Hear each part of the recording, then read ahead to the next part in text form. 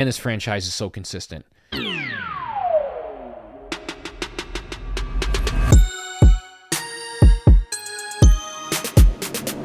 Scream 6 sees the survivors of the previous Scream movie now in New York City taking on college in the next chapter of their lives, being chased by Ghostface once again. And I'm a massive fan of this franchise. It is one of my favorite franchises and definitely my favorite horror franchise of all time. And they just continue to put out good movies. I was really, really looking forward to this one. It was my third or fourth, I think, most anticipated movie of the year. And so what I'm going to do here is I'm going to do two different sections here. I'm going to do a spoiler-free section where I just talk about the movie in general terms without getting into specific details that are spoilery. Then I will do a spoiler-filled section where I dive deep into said details that I couldn't really talk about very much in my spoiler-free section. So with that said, let's get right into the review and the spoiler-free review. Starting off with kind of my general thoughts, I like this movie quite a bit. I mean, the thing that the movie does the best by far is the character work, particularly with the core four, as they call them. Sam Carpenter, played by Melissa Barrera, Tara Carpenter, played by Jenna Ortega, and then the Meeks twins, Chad and Mindy, played by Mason Gooding and Jasmine Savoy Brown, respectively. They are all phenomenal in this movie, and I liked all four of them in Scream 5. But they all got their chance to shine and really get fleshed out in this one and explore them as characters and give them new arcs in this one. Tara, in particular, is a character that Jenna Ortega did a really good job as her in the previous Scream movie, Scream 5. But she didn't get really fleshed out. She's kind of just a damsel in distress the whole movie, so I was really looking forward to learning more about her as a person in this, and we definitely do. I absolutely loved Tara in this movie, and Jenna Ortega just completely kills it. I'm also a massive fan of Chad. He's one that I dug quite a bit in Scream 5, but I was hoping that we get a lot more of him and also get a lot more fleshed out in this one, and he definitely did. There's some stuff they do with his character that I really liked. And then Mindy was a character that I thought was okay in 5. I had some issues with her, but I liked her quite a bit more in this one. And Sam is the one to me that really stands out among these four. I mean, she is definitely the new lead, and a lot of people had problems with Melissa Barrera's performance in the previous movie. It doesn't seem like that's the case anymore. It seems like even those people are now fully on board for her. I was always on board, but she definitely is better in this one and fully establishes herself as the lead and final girl of this franchise because she was just incredible and one of the most complex and layered final girls that we've ever had, and some of the stuff that she goes through in this movie, given the events of Scream 5, are really good. And then not just apart, I love the dynamic of the four together. They just have such great chemistry, and their scenes are just gold. That was my favorite stuff in the movie. To address the return of Kirby, I did not think she was great in this one. I love Kirby in Scream 4 and was really excited when they announced that she was still alive and going to be in this one. But I don't know, for some reason, she just didn't have the same spunk and likability that Kirby had in Scream 4. Not that she was unlikable in this one, but just didn't quite have that charm and that made her as memorable as she was in Scream 4. Didn't exactly even feel like the same person. I know that people that people change and grow over the years, but you kind of lost a lot of what made me love the character so much in Scream 4, aside from one scene where she talks to Mindy about horror movies, which they kind of showed that in some of the trailers. I'm going to address things that are shown in the trailers in the spoiler-free section, so if you don't want to know literally anything, then I would probably just skip this review altogether until you've seen the movie. Gale, I don't really feel like needed to be in this movie at all. And that she definitely felt shoehorned in. You could have taken her out and nothing really would have changed. I got to be completely honest, I am kind of over Gale at this point. I feel like she kind of ran her course at the end of 2. I really liked her in the first 2 Scream movies, but it seems like she is just kind of hanging in there now, and I don't really see much of a reason, and this movie didn't do anything to change my mind. I think that they have definitely done all they can with this character. And then the side characters were probably some of the weaker side characters in the franchise, which kind of is a problem because it lessens the mystery part of the movie. It really hurts that aspect. I love that they focused on the core 4, and I love those characters. But when you really push aside everyone else so much, it doesn't make you care as much when the killer or killers are revealed, and that happened with me in this movie. The reveal was incredibly underwhelming to the point where I don't care about this person or these people at this point. So that part of the movie I felt they did not do a great job with, especially compared to like Scream 1 or even the past Scream 5, where like Jack Quaid's character Richie was incredibly fleshed out pre-reveal, and that's one of the reasons why I think he's such a good killer. Can't really say the same about these ones, and that's definitely my biggest issue with the movie is the killer, and the motive is not my favorite either, and it's kind of copying a motive from a previous Scream movie. So I didn't love that. But once that happens, I thought the rest of the third act was quite good, and there were some really cool moments in there. We'll get into the specifics of that in my spoiler-filled section.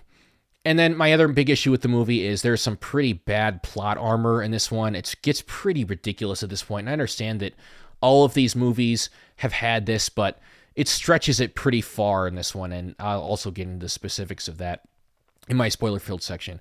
A few other things I wanted to talk about here is the New York setting. This is something that I was very much looking forward to, doing something different, and I think they did a pretty good job with it. I know a lot of people complain about they didn't do enough with the New York setting. I don't really understand what more they could have done. I mean, unless you want like a chase through Times Square or something, which admittedly would have been pretty cool. But I mean, they do some cool stuff with it, if we're being honest. The subway scene is maybe the most intense scene in the entire franchise, as is the ladder scene that they show us in the trailer where they're up high in an apartment and they're trying to get across to the one that's across the street. That scene was incredibly intense. And I think that they did a pretty good job with the New York setting. I mean, that's stuff that you can't really do in Woodsboro. There's chases through alleys and stuff, so I really dug that. And I think they did a pretty good job with the new setting. I was happy with that for the most part. It also has one of the best opening scenes in the entire franchise. I don't think anything will ever surpass the Drew Barrymore opening scene from the first movie. However, this one is damn close. It definitely does something different, way different from any of the other Scream movies, and I really appreciated that. That's something that I will get more into as well. And then it's also really brutal. This is definitely the goriest movie in the Scream franchise. There are some kills where you just go, ooh, wow, that was brutal, and I just loved it. So damn good. It's bloody as hell, and they alluded to this ghost face being really brutal in trailers, and for the most part, he is, or the ghost face is, and I'll get a little bit more into that as well. But so overall, I really dug this movie, despite not loving Kirby, thinking that Gale's inclusion wasn't necessary, not being a big fan of the killer reveal and motive. I loved everything with the core four, fleshing them out, all of their interactions. And there's some badass moments. There's some nasty ass kills. There's an awesome opening scene, and they do a pretty good job with the New York setting. This is probably the most intense and scary and thrilling movie in the entire franchise. So that's something it has going for it for sure. And it's possible that I will like this a little bit more or less on rewatch, but as of right now, I have it as a 7 out of 10. So with that out of the way, it is now time to get into specific spoilery discussion on the movie, where I talk about the specific things that I couldn't talk about in the spoiler-free part of my video. So let's get right into it. You've been warned. 3, 2, 1. Okay, spoilers. So starting right off with the opening scene, I loved it. I mean, Samara Weaving is the opening kill, which I kind of figured she would be. I was hoping that maybe they would pull a fast one on us and make her one of the killers or something. I thought that would be awesome. But she was a phenomenal opening kill, and she did a great job of getting us to care about this character that we just met, and we only get to know for like 5 or 10 minutes because of how good Samara's performance was. And then I love how she's talking to the person, and he's like, wait, what's going on here? I can't see you. And then it gets her to come into the alley, which is a stupid decision, but when you think about it, given the situation, kind of makes sense that she would do that. And then the kill is just brutal too. I mean, the scream from her is so real and guttural. It's like, oh man. And then after the kill, which is a very brutal one, the killer takes off his mask, and it's Tony Revolori. And I'm like, what the hell is going on here? Where are they going with this? Never have we seen a Ghostface reveal himself until the third act. So mostly in Scream movies, or in every Scream movie up to this point, we had the entire movie to try to figure out who the killer or killers are. I'm like, wait, where's this going? He goes back to his apartment and gets a call from the true Ghostface, one of them in the movie. I believe the call was from Dermot Mulroney's character, which I'll get to him a little bit more. I had some issues with him. But I thought that was really cool. I thought that was a great subversion of the opening scene, and I love his friend being in the fridge. I thought that was a very, very nice touch. And then him getting killed by the true Ghostface of the movie. That was really cool. I remember I leaned over to my cousin who I was seeing the movie with, and I was like, that was a badass opening scene. That was awesome. And that, aside from the character work that I talked about in my spoiler-free review, that is definitely my favorite part of the movie and the most creative part of the movie for sure.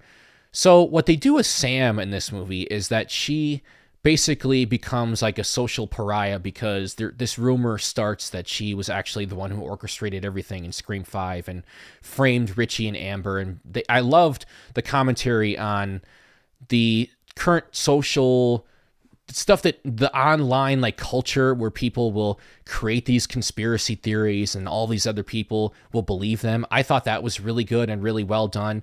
And then I also thought it was really clever how Sam is like, it just sucks being hated. And I definitely think that was an allusion to the people in real life who did not like Melissa Barrera's performance. And I think that her performance in this movie proved those people wrong because she was absolutely phenomenal. They do some great stuff with her, going to the therapist and stuff. And then her dynamic with Tara, to where they're dealing with the events of Scream 5 in very different ways. And then the confrontation they have in the beginning, where neither character is really in the right or wrong. You understand where they're coming from. Tara's being a bit aggressive, but she's also drunk. So it makes sense given, where these characters are at right now. Yeah, I feel like that's exactly how these characters would behave given the things that happened, given what we knew about them from the past movie. One thing I couldn't talk about in my spoiler-free section because I don't remember seeing this in the promotional material. I maybe got a little bit of, I saw one picture maybe just kind of briefly, but I wasn't entirely sure what it meant. Chad and Tara get together. They become a couple in this one.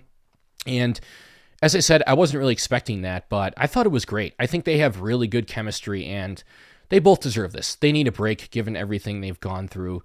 It maybe is a little bit weird that Liv isn't even mentioned, who was Chad's girlfriend in the previous movie, but that aside, I really like them as a couple, and the fact that Chad is still alive, despite the fact that he got stabbed like 20 goddamn times in the final scene, that's ridiculous. Probably shouldn't be alive, but he pulls a Dewey and is still alive, and I love that he's still alive.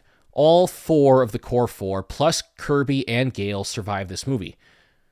I don't love that. I think that Gale probably should have died in that scene because, as I said before, I think that her character arc has concluded long ago, and there's really not much for her to do anymore. I'm not really a fan of how they basically reverted her back to who she was. Like, I actually did write about it.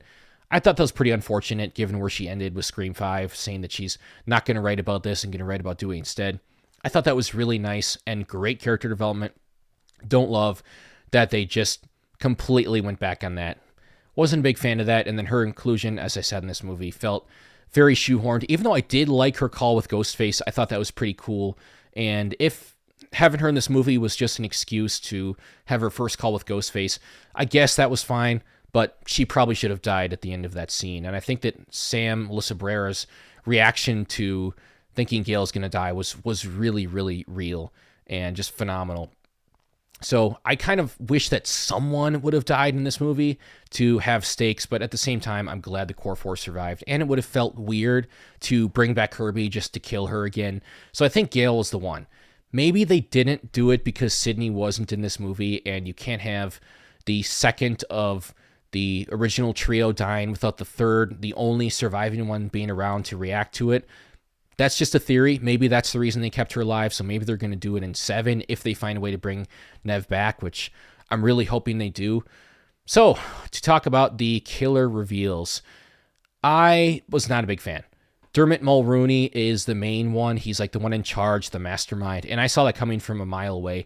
The other two, I didn't see quite as much. Ethan, I kind of went back and forth on. I was never sure about, but throughout the entire movie, I was always like, what is he doing in this movie? It feels very strange. Is he either just a massive red herring, or is he going to actually be the killer? And I don't know. It was a pretty nothing character. And then Quinn is still alive too, which actually I thought was a really good twist because we thought we saw her die, but I'm guessing on rewatch, it makes sense. Like you can realize that, oh, she's actually not dead. They did a really good job faking that. So I thought that was a good twist, even though that character was also not very well fleshed out. These are probably three of my least favorite killers in the franchise, and it does feel like they just did three killers for the sake of having three killers, because people have been saying for so long that they want to have three killers, so they did it. But I will say that I did really like the scene where two ghost faces were in costume at the same time stabbing Chad, which he shouldn't have survived, like I said, but I'm glad he did. I thought that was awesome, because we've never seen two different ghost faces in costume at the same time, so I thought that was pretty badass, and it was pretty cool to see that for the first time. So they definitely, it feels like Radio Silence definitely listened to a lot of the fan suggestions that they wanted to see in this movie. I did allude to some brutal kills aside from, I already talked about the opening scene with Samara Weaving. The other one I want to talk about is poor Annika, man. Oh, man, she seemed like such a nice person, and the actress that played her, I can't think of her name off the top of my head, but she was really, really good and felt like a great love interest for Mindy, and gets killed off so early in the movie in such a brutal way. I mean, she got stabbed in the stomach, and I feel like that was probably going to kill her anyway, and then she goes on the ladder, and then Ghostface just shakes her off the ladder. That was so brutal, and the actress did such a good job with that scene. I really felt so bad for her, like, oh man, she does not deserve this at all. She seemed like such a nice person, so that was rough, but so it was sad, but it was also a really, really brutal and good kill, if you know what I mean. That was the stuff I was talking about. And then as far as the other very intense scene that I mentioned in my spoiler-free review, the subway scene I thought was really, really good. The cinematography is probably some of the best we've ever had in the Scream franchise. And just all the different ghost faces, like most of them aren't the real ghost face, but so many people in New York City dress up, so it makes sense that a lot of these random people would dress up as Ghostface, and Mindy and the audience wouldn't be able to tell which one is the real one. So I thought that was really cool, even though I don't quite understand how Mindy survived that. Why did the killer not just kill her right there? That was Quinn at the time, so I don't understand why she didn't do that. That was a bit confusing to me. And then Ethan acting like he actually cared about her. I don't know. That all felt a bit strange. And then once you get to the third act, not a fan of the reveal. The shrine was just something that Richie put together. I'm like, man, and all these are just Richie's relatives, and the motive is revenge. Just a copy of Scream 2. And I feel like I really wanted them to do something bigger with the shrine. Like, oh, this is a really cool idea. Ended up being pretty underwhelming. So that stuff I was not a big fan of. And I talked about the plot armor. However, once the killers are revealed and they give their whole spiel and monologue and motive and everything, the rest of the third act I thought was really good. I absolutely loved the way that Sam and Tara went ham on the killers. I mean, when Tara stabbed Ethan in the mouth like that, I was like, oh man, that is awesome. I mean, she gets her total badass moment in this movie. And then Sam gets her badass moment to where she just stabs the shit out of Dermot Mulroney's character, Detective Bailey, and then alludes to, I mean, basically says she's going to spare him, implies that she's going to spare him, and then ends up killing him anyway because he fucked with her family. I loved that. That was totally awesome. And then you get the stuff with Chad surviving. Yeah, that's a little bit crazy that he survived that, but I'm glad that he did. And Dermot Mulroney as a character, I thought was very weird even before the reveal. He was acting very strange. Like, this whole performance seems off. And I understand that he was a killer the whole time, so maybe they're saying that the character wasn't doing a very good job of pretending to be who he's pretending to be. So I don't know. I mean, I just thought that all the lines where he's like, get this fucker, you guys have been through a lot. Like, none of that stuff landed for me whatsoever. His reveal was the least surprising probably in the entire franchise. And then he just hammed it the fuck up post-reveal. It just didn't work for me that well.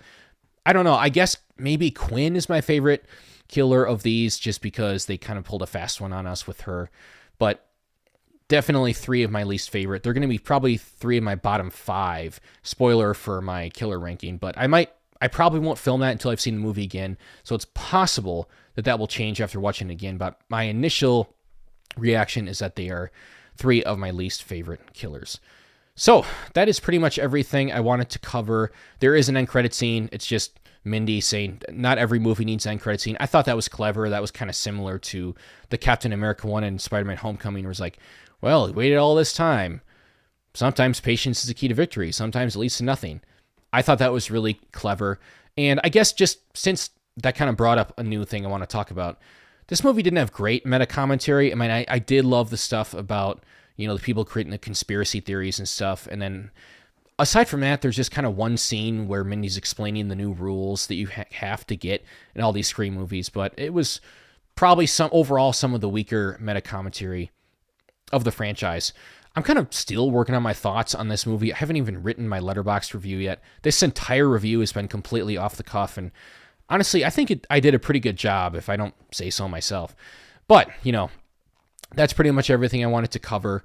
So I feel like I probably forgot something, because whenever I do these spoiler reviews, I'm like, I feel like I covered everything, and then after I hit end, stop recording it, I'm like, damn, I forgot to talk about this.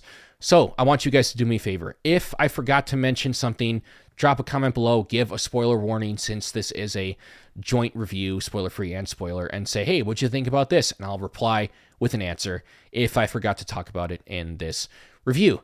Did you guys like the movie? Did you not like it? Do you like it more than me? Did you not like it at all? I mean, what do you disagree with me on? Did I forget to talk about something? Like I said, drop a comment below. Hit the like button. Likes are so important, so helpful for pushing my videos out to more people and helping grow my channel. So if you enjoyed it, please do that. And subscribe if you enjoy my content in general. Hit the notification bell to get notified when I post a video. Stay tuned. I got a lot more Scream content coming. I will see you soon.